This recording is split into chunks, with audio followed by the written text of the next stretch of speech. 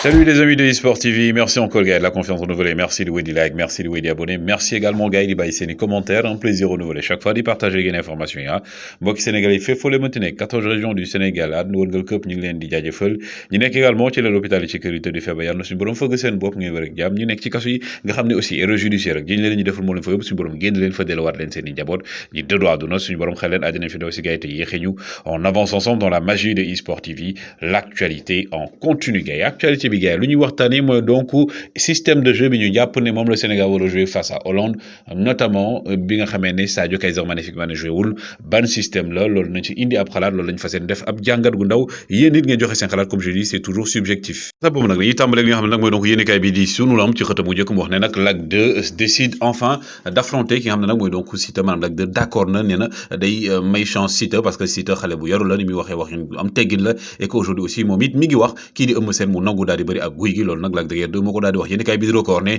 Crépin et Sarr en pôle maanaam ci li nga xam ne nag mooy animation ci laaf yi donc Crépin Diatta ak Ismaïla Sarr lañ jàpp na ñoom ñooy jouer ci ñaari laaf yi ak aussi ban tandem maanaam ban duo mooy nekk ci côté gauche bi pour accompagner peut-être kii di donc Crépin Diatta wala Ismaïla Sarr bu fekk kenn ci ñoom mooy jouer ci côté gauche bi yéenekaay bi di Stade ñëw ni Mendy Koulibaly Gana et Iso pour porter les Lions maanaam ñooñu ñoo war a daal nekk ñoo xam ne ñoo war a nekk tey leader bu équipe bi pour moment ko Sadio Mané nekk fi ñu ne aussi Sadio Mané ba tey moom moo absenté parce que ñaar fukk ak juróomi joueurs yëpp ñëw nañ juróom-ñetti milliards donc ci ay doomu aadama jamono ji noonu nekk ci àdduna wërngal këpp maanaam 8 milliards fi mu ne nii la àdduna bi toll ci ay doomu aadama ñu ñaan tamit suñu borom may ñun ñëpp ñu fekke koy ati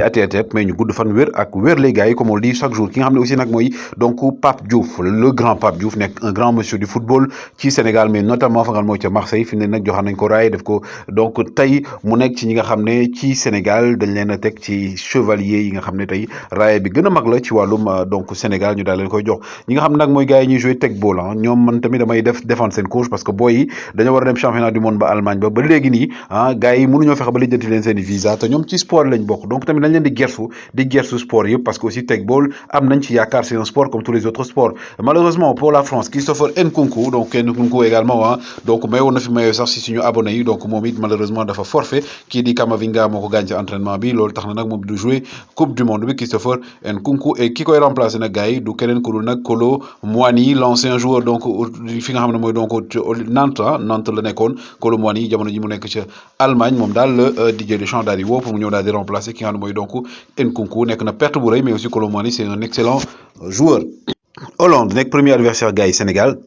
Hollande bi nga xam ne nag gars yi moo war a donc dajeeg suñu équipe nationale boo xam ne dañoo war a jouer sans Sadio Mané donc nag tey gars yi dañuy def njàngat ci un peu comment le Sénégal doit jouer ban système laa jàpp ne sama gis-gis yéen tamit am ngeen ci xalaat moo gën a baax par rapport ak Sénégal parce que aussi d'abord dañuy wax lu tax ma wax ne système boobu moo mën a jàppale Sénégal d'abord dañuy ñëw ci kaw kii di Sadio Kaiser Magnifique Mané avec cette magnifique photo donc cette photo de mon ami Amar bi nga xam ne ngi def liggéey bu rëy ci wàllum sport bi également parce que Sadio Mané gars yi aujourd'hui Sadio Mané booy sept derniers matchs Sénégal yi Sadio Mané a marqué 6 buts délivré ñaari passes décisives beneen poñ bi aussi mooy Sadio Mané mooy meneur Sadio Mané mooy finisseur Sadio Mané également mooy ailier donc parce que tey avec Sadio Mané mën nañu wax ne damay commencer lu tax ailier parce que xam ngeen ko Sadio Mané sur le côté gauche day indi puissance il est fort dans les 1 contre 1 également il amène toujours ce surnom boo xam ne sur le plan offensif dañ koy solo donc lui c'est l'ailier pur sang de l'équipe nationale du Sénégal amul ku mel ne moom mais aussi li nga xam ne en tant que meneur Sadio Mané aussi parfois bu dee jóge ci aile gauche am ñëw dugg ci biir pour réguler jeu équipe nationale jël bal bi porter ko vers l'avant indi coup franc wala également indi surnom bi égal pour mën a permettre suñu attaquant yi ñu mën a dugal donc aussi il joue ce rôle de meneur il joue également ce rôle de finisseur parce que Sadio Mané aussi il est à la finition de l'équipe nationale du Sénégal c'est pourquoi mu nekk meilleur buteur actuellement de la sélection maintenant Sadio Mané n'est pas là comment faire pour jouer face à la Hollande de ki nga xam mooy Van Gaal pour man dañoo war a teg 4-4-2 à plat 4-4-2 à plat pour lan parce que d'abord dañuy def classement bi on aura en défense bien entendu su leen dara jotul yàlla bu leen dara jot muy Kalidou Roch Koulibaly qui va jouer donc comme donc défenseur droit donc ci nga xam mooy donc axe central de l'équipe nationale du Sénégal pour accompagner également l'équipe nationale surtout sur les relances surtout sur les sorties de balles défensives ki nga xam ne aussi mooy donc Abdou Diallo il va être également dans l'axe central gauche parce que Abdou Diallo aussi il a cette capacité ak ki nga xam ne mooy donc Kalidou Koulibaly de sortir les balles proprement aussi di mën a relancer jot également surtout bu ñu nekkee ci pressing haut bu ñu fekkee équipe adverse dafa def pressing haut pour ñu mën ñu accompagner. On a aussi sur le flanc gauche ki nga xam ne mooy Youssouf Sabaly, flanc droit plutôt Youssouf Sabaly qui peut jouer à droite ou à gauche. Youssouf Sabaly parce que aussi techniquement fi mu ne nii mooy le meilleur arrière latéral de l'équipe nationale du Sénégal. Coupe du monde 2018 il était également le meilleur arrière latéral te gauche le jouer. Taï Moore jouer côté droit, si bien entendu ASC de conseil côté Bob, il sera très important, notamment pour les contre-attaques, notamment également pour bloquer le couloir gauche de la Hollande, mais aussi pour techniquement apporter surnom devant. Donc c'est un 4-4-2, donc je le dis à plat, 4 déjà, il y a Sabali donc qui sera à droite, Sabali bi nga xamné aujourd'hui, ce sera le métronome du côté droit de l'équipe nationale du Sénégal. Taï mëna japp né côté gauche mo nekkon suñu point fort, fini nek côté droit moy nekkat suñu point fort parce que ñom ñaar ñep nekkon suñu point fort sur Sabali neké et à gauche on aura qui nga xamné moy probablement Fodé Ballo-Touré, peut-être que Aliou Cissé mom lay tek Fodé Ballo-Touré qui va accompagner un Crépin Diatta à gauche ou bien Ismaïla Sarr donc à gauche comme je dis et pour moi Ismaïla Sarr waxon na la ko pour man gauche la wara jouer ou bien on a également qui dit Ismaël Jacobs qui peut jouer aussi à gauche. Ismaël Jacobs bi nga xamné aussi en matière de contre-attaque mom il a cette capacité de jouer haut parce que lolu doon jouer avant donc également muy ñëw sax sa Monaco ba légui lay jouer c'est un joueur qui monte beaucoup c'est un joueur bo xamné également il peut apporter aussi ce surnom devant et défensivement aussi il peut apporter. Et au milieu de terrain, l'autre 4, oui, qui nga xam moy donc Idrissa Gana Gueye parce que quand tu joues avec la Hollande, bu nek équipe bo xamne joueuse la am joueurs yo xamne ils sont techniquement bons au milieu de terrain, tu as besoin d'amener cette agressivité. Et 4-4-2 à plat, c'est un système bo xamne da lay permettre nga équilibrer sa défense, équilibrer sa milieu, mëna équilibrer sa attaque. Nga xamne également bu féké né premier rideau défensif du milieu de terrain bi dépassé nañ ko, deuxième rideau bi mëna ñëw dal di couvrir, mais aussi da ngay soxla ay milieu yo xamne milieu défensif lañ box to box. Idrissa Gana Gueye, c'est un joueur bo xamne il est généreux dans l'effort, c'est un joueur bo xamne dans les duels, il est bon et il est capable de mettre le pressing haut, notamment bu ñu défé match bo xamné comme match bi defoon contre Real de Madrid en Ligue des Champions bu ko défé ou bien tu as également ki nga xamné moy aussi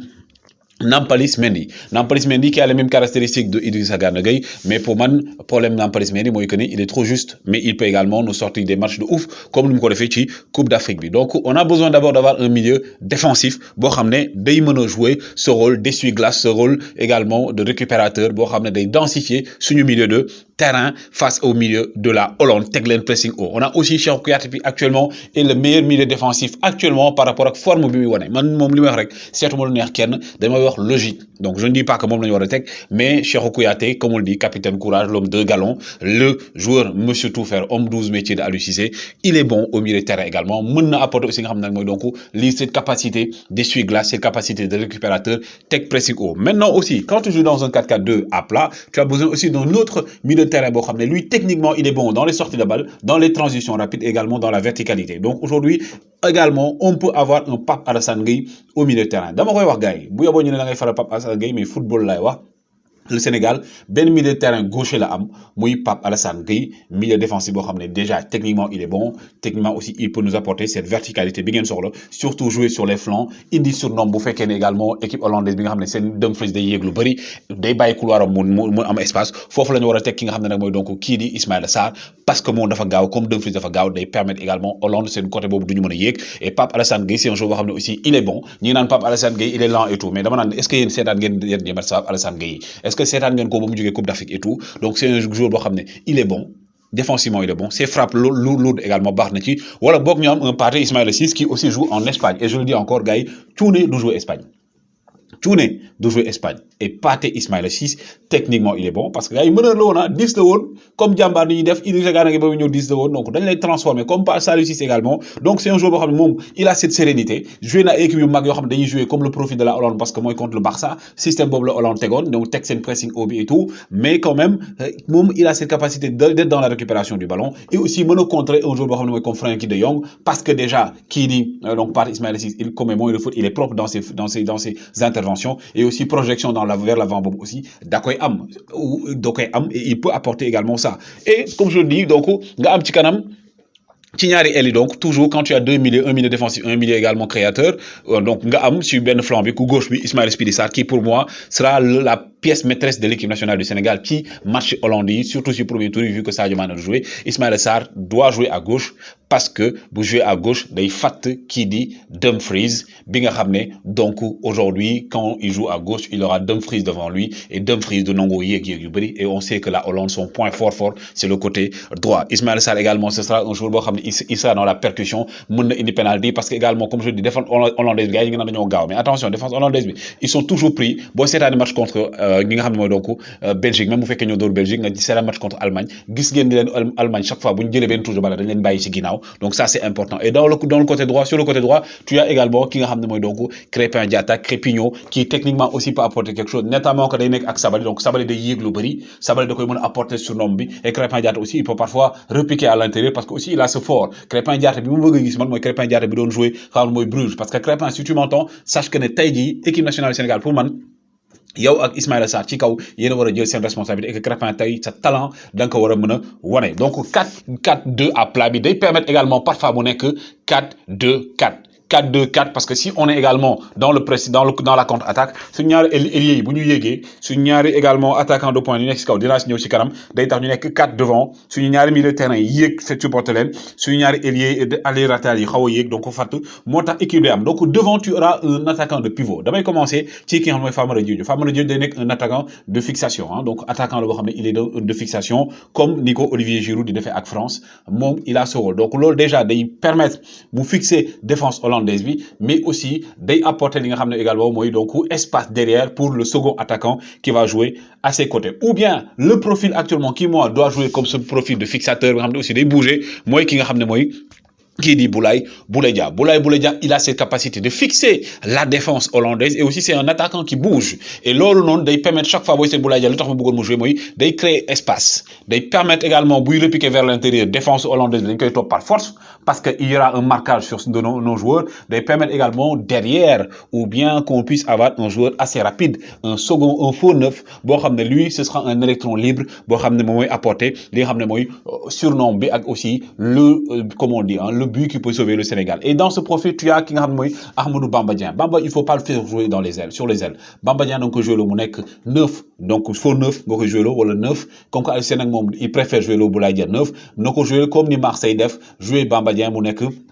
un faux neuf, un joueur qui est électron libre. Bamba, il est physiquement, il est rapide, il est bien, et c'est un gosse qui tire de loin, de Tibar, balle bunda de l'autre double, man pour man, c'est un attaquant de pure chose, boy, bougnoré, qui est ou bien tu as aussi un autre joueur qui peut accompagner Boulaye Dia ou la Famara Diédhiou, Moui qui dit donc Iliman Ndiaye. Iliman Ndiaye doit être un faux neuf comme nous jouer,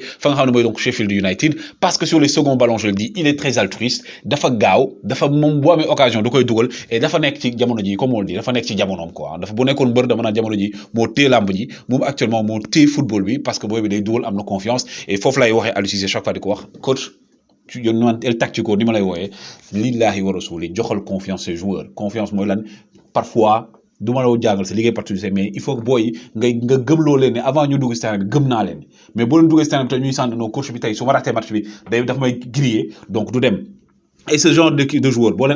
comme je le dis, chaque fois que la Hollande monte, il laisse de l'espace derrière. Qui nga xamne moy Dumfries, bu diégué, bu wacc, mom automatiquement au lieu mo am réflexe daw ci couloiram, day repiquer vers l'intérieur. Donc chaque fois couloir droit am, il y a un espace. Et là tu as besoin d'avoir deux ailiers qui sont rapides, tu as besoin également d'avoir deux attaquants yo xamne ñom chaque fois dañuy loubal ki nga xamne moy donc Kiri, donc Frankie plutôt, c'est Van Dijk ak ki nga xamne moy donc Mathys de Ligt bu fekké né de Ligt day jouer comme titulaire. Ce que je peux dire gaay ñaan ñi nga dañoo gaaw mais ils sont toujours pris. Hein, ils sont toujours pris à découvert comme Nico ou Hollande plutôt ni leen ko Allemagne defé won avec Jamal qui donc avec Leroy Sané gars yi c'était les informations que je voulais vous donner sama xalaat la naka yéen tamit joxe leen seen xalaat c'est important ñu échanger toujours un plaisir de vous servir woy leen di like surtout ñu abonné woy leen di abonné on avance ensemble dans la magie de eSport TV liggéey bi fi lay doré et comme je l'ai dit je concours dina démarrer pour ñuy gagner ay maillots et surprise lay doon donc pendant la Coupe du Monde, voilà, après la Coupe du Monde, ñi ko wara jot dinañ ko jot mais dinañ wax gagnant et quand on le dit, on le fait, vous le savez gars yi joxe leen seen xalaat jaa ngeen jëf